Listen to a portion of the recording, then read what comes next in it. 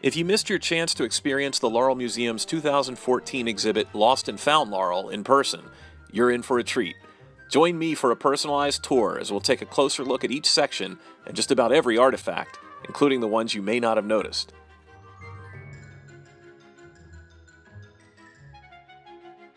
I'll show you what went into the exhibit and we'll explore the places they came from. Laurel Historical Society Executive Director Lindsay Baker will explain the broader context of the show, and we'll revisit what turned out to be the museum's busiest opening day of all time, an event Laurel Leader columnist Jeff Dudley described as less like an exhibit opening and more like a family reunion.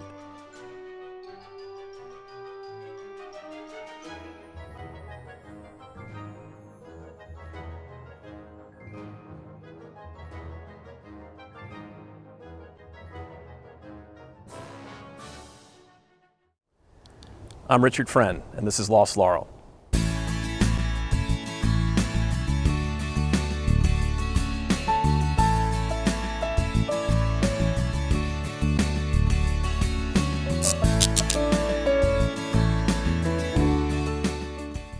Lost and Found Laurel was the 2014 exhibit at the Laurel Museum, running from February 9th to December 21st. I'm proud to say that it was largely inspired by my Lost Laurel blog and Facebook page and coincided with my book, which you can find in the museum's gift shop and on their website.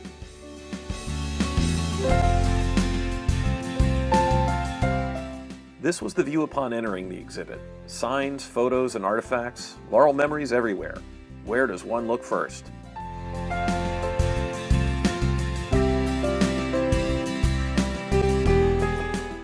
Let's start with the intro panel, which besides welcoming you to the museum, featured a mall-like directory of the categories, including sections on entertainment, shopping, libraries, community events, restaurants, schools, and the racial tension of the late 1960s, a reminder that the good old days weren't always good.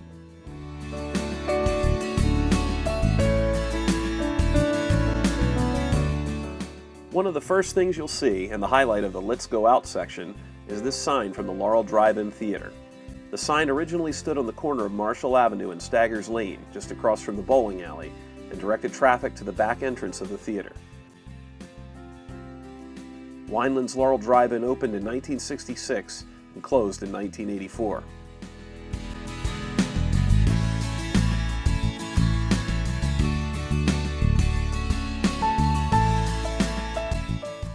The largest piece in the exhibit is this Hershey's ice cream sign, which hung for decades over Main Street's popular newsstand, Keller's, and later Knapp's Laurel News Agency. Opened since 1947, the property was sold in 1995, and the sign removed and added to the Laurel Historical Society's collection.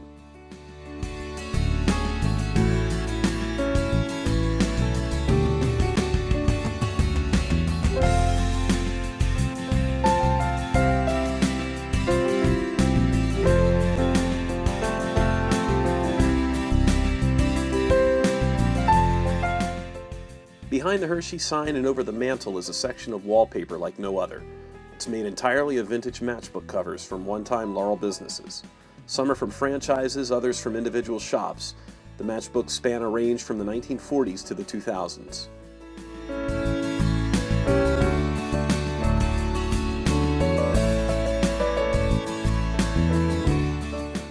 Also prominent in the main area is this case of over 20 vintage toy trucks, each representing a Lost Laurel business. Department stores, grocery stores, drugstores, and more, these date from the 1950s to the early 90s and are various sizes. They've always reminded me of the old Baltimore Colts in 1984, packing up and leaving town in those Mayflower moving trucks. Most of these stores, one way or another, left Laurel. Others, like Safeway and Giant, have seen multiple locations.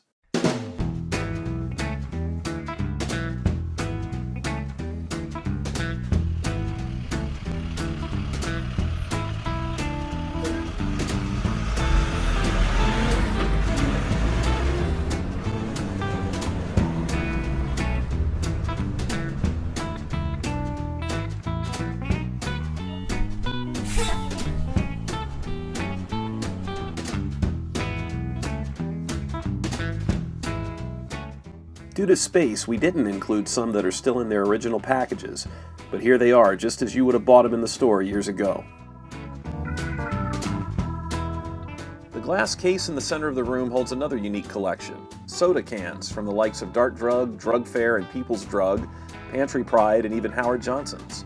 These are all from the 1960s and 70s. Below them is a juicer that once made lemonade at Gavrill's on Main Street. Also in the case is an assortment of Lost Laurel employee badges, name tags from businesses that are no longer here. Also inside are a bowling pin and award patches from Fairlane's Laurel, and vintage artifacts from Belle's Beauty Salon and the Vogue Dress Shop.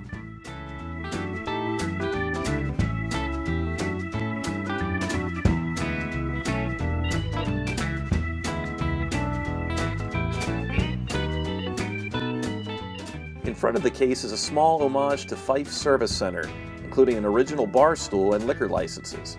There's also this photo of the Fife's Pride Ramblin' Raft Race team, who not only survived the beer-fueled aquatic festivities, but actually won it. Another showcase holds even more assorted material representing past and present places to shop. Among them, Montgomery Ward's catalogs, a Laurel Lake Center directory, and a 1950s Chamber of Commerce membership badge. Framed plastic shopping bags from Zayre's and Jamesway, and shopping baskets from Ames and Woolworths. There's even a miniature replica of a 1980s Laurel Center Mall directory kiosk. And yes, it even lights up.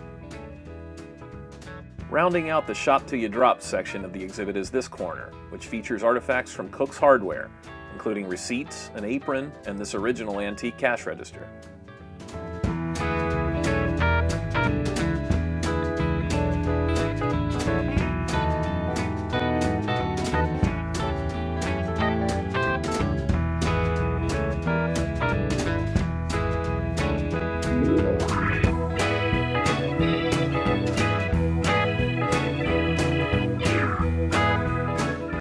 Before we head over to the other side of the building, let's hear from Laurel Historical Society Executive Director Lindsay Baker and get the museum's perspective of the exhibit, as well as a preview of what's to come in 2015.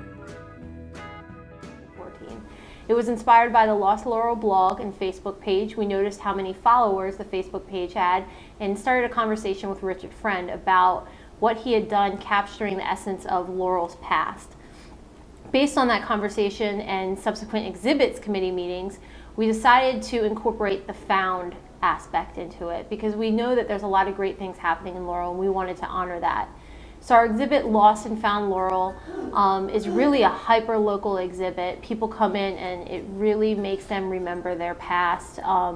And we have a lot of different sections which remind people of different pieces of their lives. For example, I'm sitting in the school section and we have a number of yearbooks right in front of me, and those yearbooks are ones that anyone can, pick up, look through, find themselves, find their mother, their husband, and I cannot tell you how many times I've come in here and seen people finding themselves or people that they know in the yearbooks, and it's really been a piece that people seem to like a lot and respond to.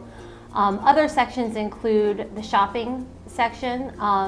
We have information about historic places in Laurel like Cook's or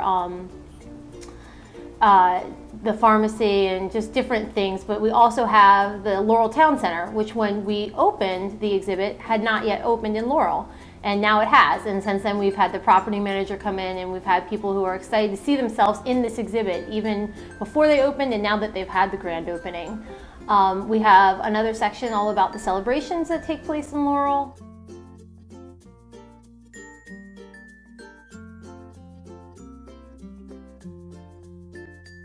One of our panels is all about places you can eat out in Laurel or that were favorite spots to check out on date night or with your family historically. And this is mostly from the 1960s to now, 2014. And one of the places that people always remember is Delaney's Irish Pub, which was located on 197. And they hired a little person to dress up as a leprechaun and did a lot of promotions related to that, including come sit and have Santa sit on your lap. And people always get a chuckle when they see that part of the exhibit because they remember that restaurant. We also have another section that we thought was important titled The Good Old Days ? Because people like to remember all the good things that happened in Laurel when they were growing up, but we also want to make a point to talk about some of the things that weren't as positive. So in that section, we talk about the 1960s and the 1970s in Laurel, where there was a very active KKK. There was a time when the Grove was shut down because there were attacks made on houses in the Grove. And so we want to make sure that we do not ignore that part of Laurel's history, and people remember that there were great things happening, but in the past some things were not as positive for everyone in the community, so we've included that. Our exhibit opening happened the second weekend in February, which is traditionally when we always open. It's usually on Super Bowl Sunday, and the opening this year was about 150 people in a matter of 2 or 3 hours. And for us, that was double our normal amount. Normally we get 40 to 60. It was impossible to walk through the space. There were so many people in the museum, and because this exhibit reaches people in a really emotional way, in a way that makes them remember their friends and their family growing up and different experiences in their lives, everyone wanted to hang out. So not only did we have 150 people in that span, but we had 150 people that wanted to stay and wanted to point out things to their friends, point out things to their families. And it was a really great experience. I think Jeff Dudley from the Old Town column in the Laurel Leader said that it was more like a family reunion than an exhibit opening. And for us, that's a great thing to hear, because what we want is people coming and connecting with one another based on our exhibit, and we couldn't have asked for anything better than that opening. Last week we had our holiday open house, and during the open house we had a lot of different families coming in and a lot of people doing their holiday shopping, but we were really excited to see it was a young woman with 3 daughters, I believe, and she was carrying one, and she had a couple running around and checking out the exhibit. And we have one portion where we have a map, and it has all the businesses with little like numbers on the map, so you can find where they are, because if you say something was on 198 is pretty long. So getting a sense of where all the businesses and all the different things in the exhibit were located.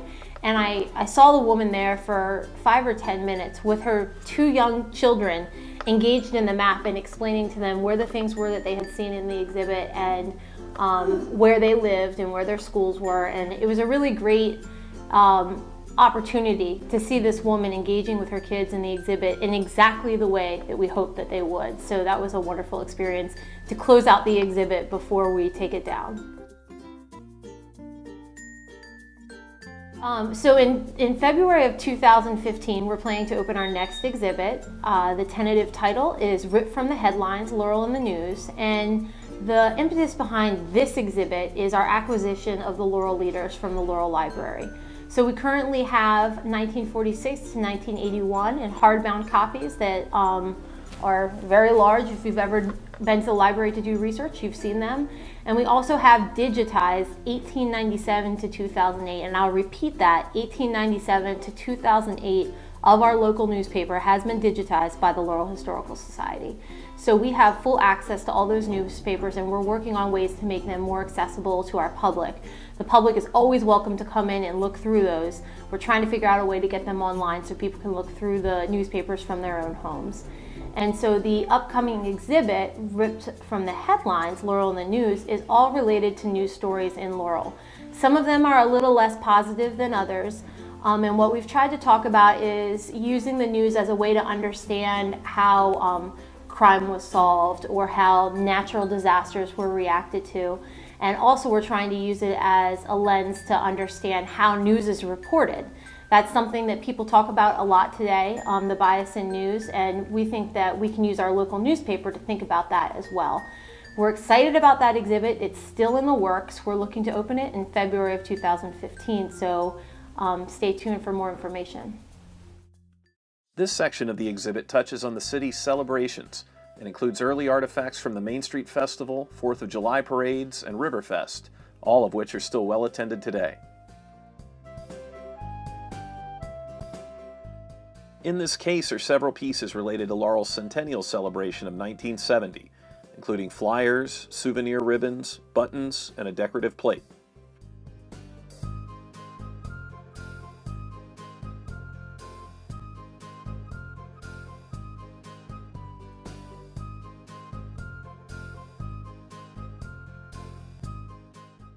Another case holds photos and other mementos from various neighborhood events, more Main Street Festival goodness, and other parades and public gatherings, where fun is had come rain or shine.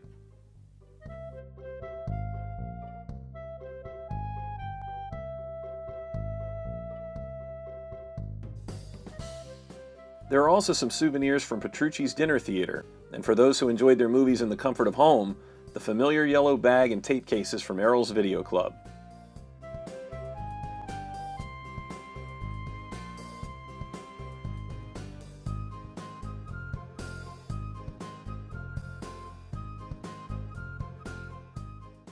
Our next stop is all about the food. The Yummy section is chock full of memories from Laurel's restaurants and fast food places. Posters and signage set the tone, but there's much more to be discovered in this room. Ice cream containers from the Tasty Freeze, coffee cans from Something Special, and a 1940s placemat from the California Inn set atop the mantel. In the center is a unique table setting with vintage trays and menus from the past, combined with some of the found treasures of today, like the Double Dipper ice cream parlor.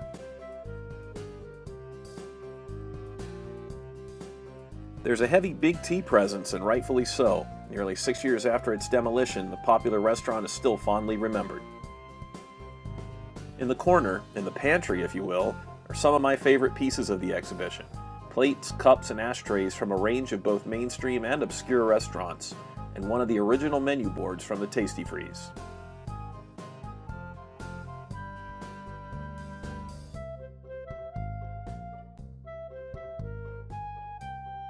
Proving that every inch of space was used for this exhibit, there's even a surprise behind this curtain, a vintage tray from Ponderosa Steakhouse.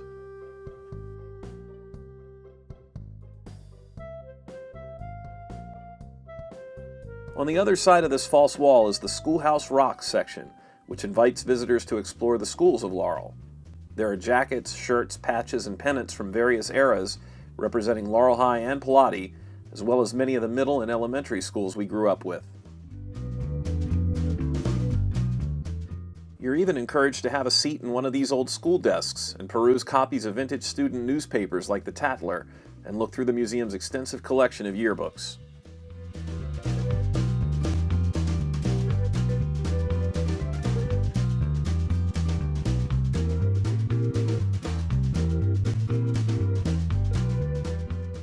A built-in chalkboard invites visitors to add their school years to the wall, and while none went as far back as this 1926 Laurel High pennant, there were plenty of classes represented.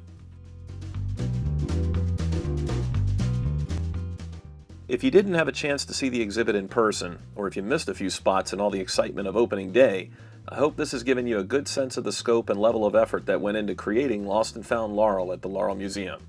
I know I speak for everyone involved when I say it was a terrific experience, and I hope you enjoyed it as much as we did.